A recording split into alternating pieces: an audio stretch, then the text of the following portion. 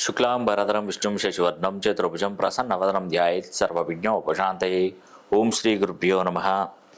నమస్తే అండి, నేను మీ రామకృష్ణిహాన్, యాస్ట్రో న్యూమరాలజిస్ట్ని. అందరూ ఎలా ఉన్నారు? నేను చెప్తున్నటువంటి రాసులలో జన్మించారంటే ఎన్నటికైనా ఎప్పటికైనా చరిత్ర సృష్టించక తప్పదు. అందులో కోట్లకు పడగలెత్తి కోటీశ్వర్లుగా చలామణి అవ్వక తప్పదు. అంటే కొన్ని రాసులకు ఆ ప్రయోజనాలు ఎక్కువగా ఉంటాయండి. నేను అందుకే చెప్తుంటాను, ఈ రాసులలో పుట్టినటువంటి వారు ఎవరైనా ఉంటే ఒకసారి నన్ను పర్సనల్గా సంప్రదించండి, ఫోన్ లైన్లో సంప్రదించండి అని ఎందుకు చెప్తుంటానంటే, నేను ఇచ్చే కరెక్షన్ ద్వారా, నేను చెప్పేటువంటి రెమెడీస్ ద్వారా వాళ్ళు తొందరగా బాగుపడిపోతారు.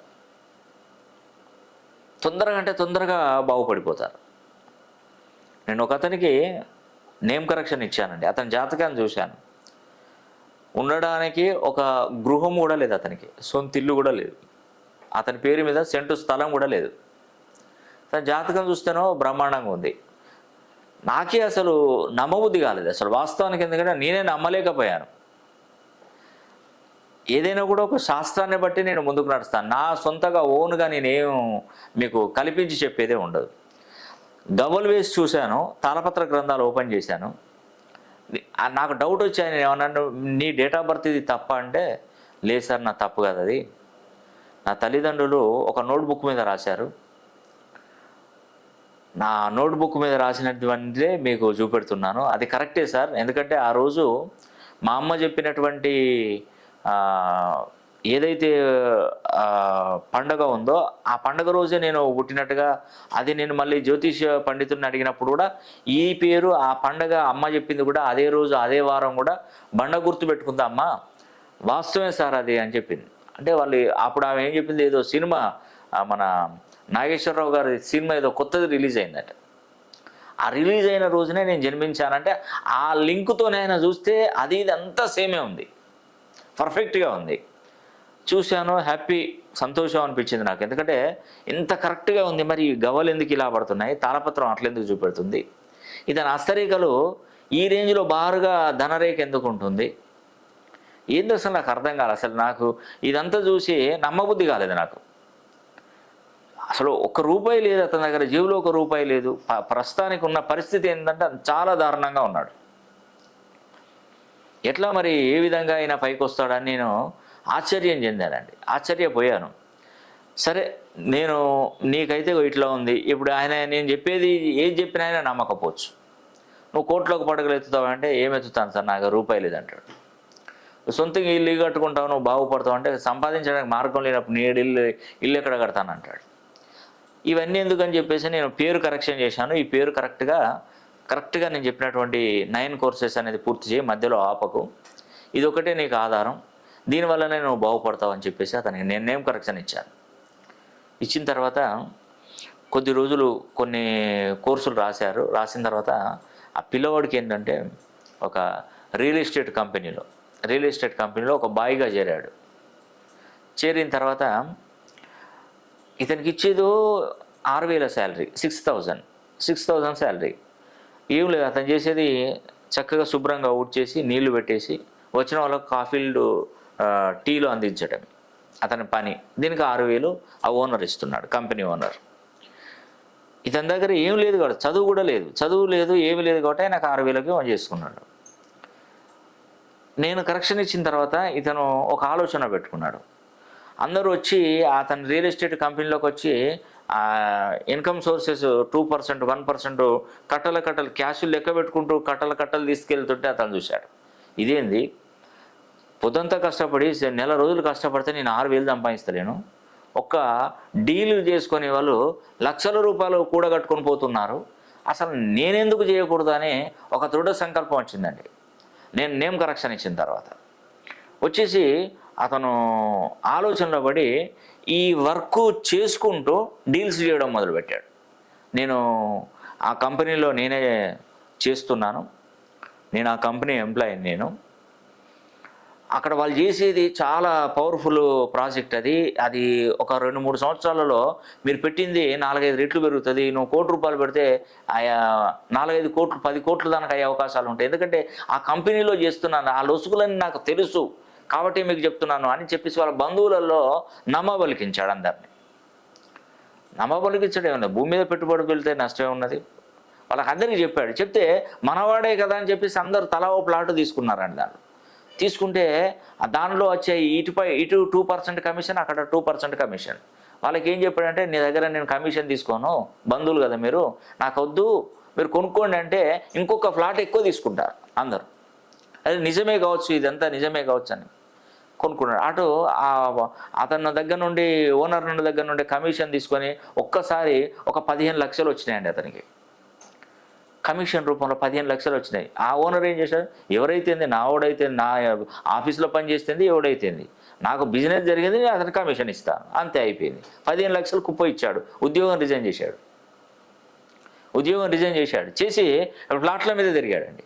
ఫ్లాట్ల మీద తిరుగుతూ ఎల్ఐసీలు కట్టించాడు. గవర్నమెంట్ పాలసీలు ఎల్ఐసీలు కట్టించాడు. ఇది 20 ఇయర్స్ క్రితం చెప్తున్నాను నేను. 22 సంవత్సరాల క్రితము ఈ ఎల్ఐసి పాలసీలు కట్టించాడు. పాలసీలు కట్టించిన ప్రతి పేయుడు ఆయన పాలసీ కట్టినప్పుడే నాకు అమౌంట్ కట్ అయిన నెల వచ్చేస్తుంది, నెలకు వచ్చేస్తుంది. ఇప్పుడు సుమారుగా ఎల్ఐసి నుండి కనీసం ఒక నెలకి అతనికి ఒక 3-4 లక్షలు సంపాదిస్తున్నాడు. 3-4 ఇంకా పెరుగుతూనే ఉంది. అది ఇటు రియల్ ఎస్టేట్ పరంగా కోట్లకు పడగలెత్తాడు. ఒక ఏమీ లేని వాళ్ళు ఈరోజు సుమారుగా కొన్ని 100 కోట్లకు అధిపతి అయ్యాడు. రియల్ ఎస్టేట్ వ్యాపారం చేసి కూడా రియల్ ఎస్టేట్ రంగాన్నే శాసించి విల్లాలు కట్టేంత స్థాయికి ఎదిగాడు. నంబర్ 1 పొజిషన్కి వెళ్ళాడండి. ఇటు ఈ పైసలు, ఆ డబ్బులు అన్నీ టోటల్ ఎవ్రీథింగ్ మొత్తం టోటల్గా సూపర్ మంచి పొజిషన్కి వచ్చాడు.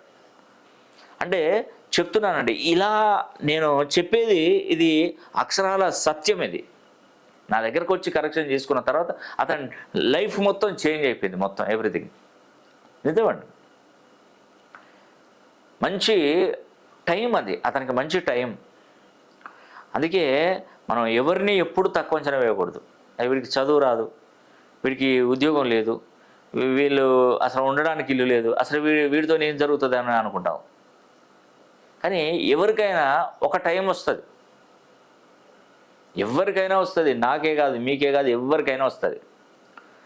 ఒక అపార్ట్మెంట్లో లాండ్రీ చెప్పుకున్న ఒక షాప్ అతను నా దగ్గర కరెక్షన్కి వచ్చాడు. లాండ్రీ ఐరన్ చేసే అతను వ్యక్తి, అపార్ట్మెంట్ వాచ్మెన్ నా దగ్గరకు వచ్చి కరెక్షన్ తీసుకున్నాడు. కరెక్షన్ తీసుకుంటే అతని అరచేతిలో పుట్టుమచ్చ చూశాను నేను. ఏంటంటే, నువ్వు ఇప్పటి వరకు కొన్ని వేల మందిని చూశాను, నీ చేతిలో అరచేతిలో పుట్టుమచ్చ ఉంది, నువ్వు ఏం చేస్తున్నావు అని అంటే, నేను వాచ్మెన్ సార్ అన్నాడు. ఏం వాచ్మెన్? నువ్వు నీ కోటాను కోట్లు సంపాదించాలి, లక్షాధికారి, కోటీశ్వరులు అవుతావు నువ్వు అన్నాడు. నవ్వాడు.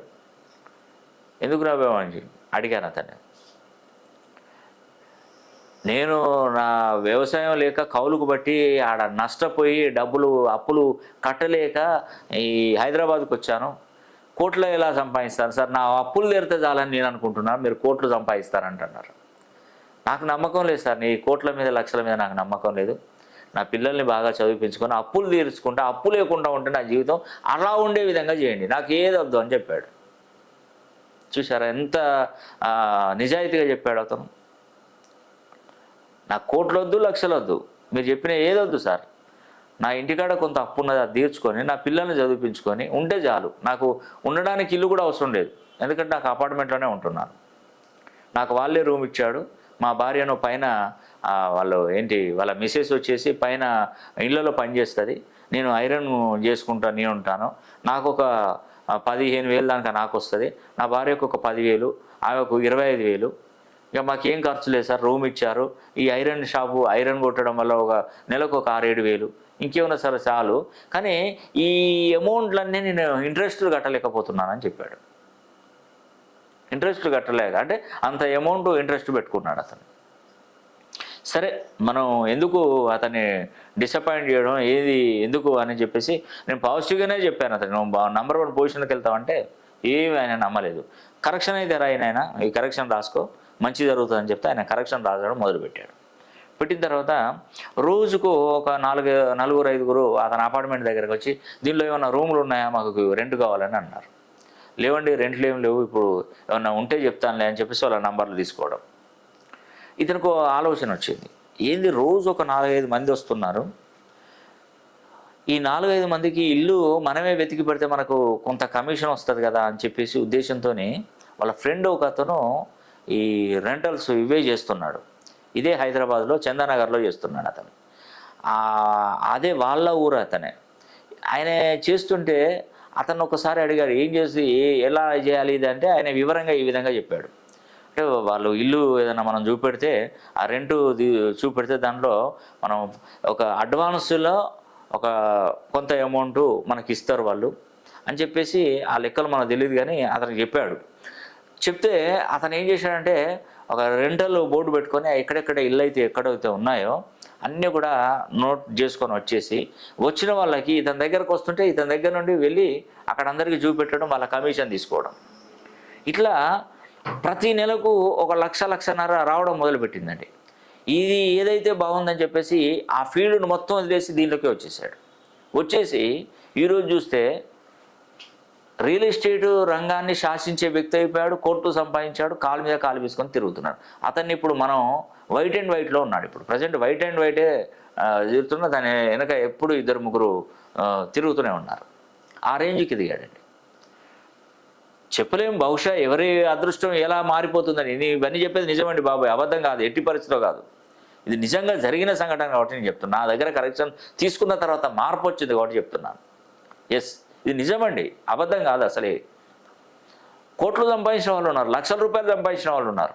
నేను చెప్తున్నాను కదా. అందుకే తులారాశిలో, సింహరాశిలో, కుంభరాశిలో, మేషరాశిలో, ఈ 4 రాశులలో పుట్టినవారు ఎన్నటికైనా చరిత్ర సృష్టించక తప్పదు, కోట్లు సంపాదించకపోరు. వాస్తవం ఇది. ఇందులో మీ రాసి ఉండాలని కూడా భగవంతుని కోరుకోండి. ఈ వీడియో కనుక మీకు నచ్చినట్లయితే లైక్ చేయండి, షేర్ చేయండి, కామెంట్ చేయండి. సర్వే జన సుఖినో భవంతు.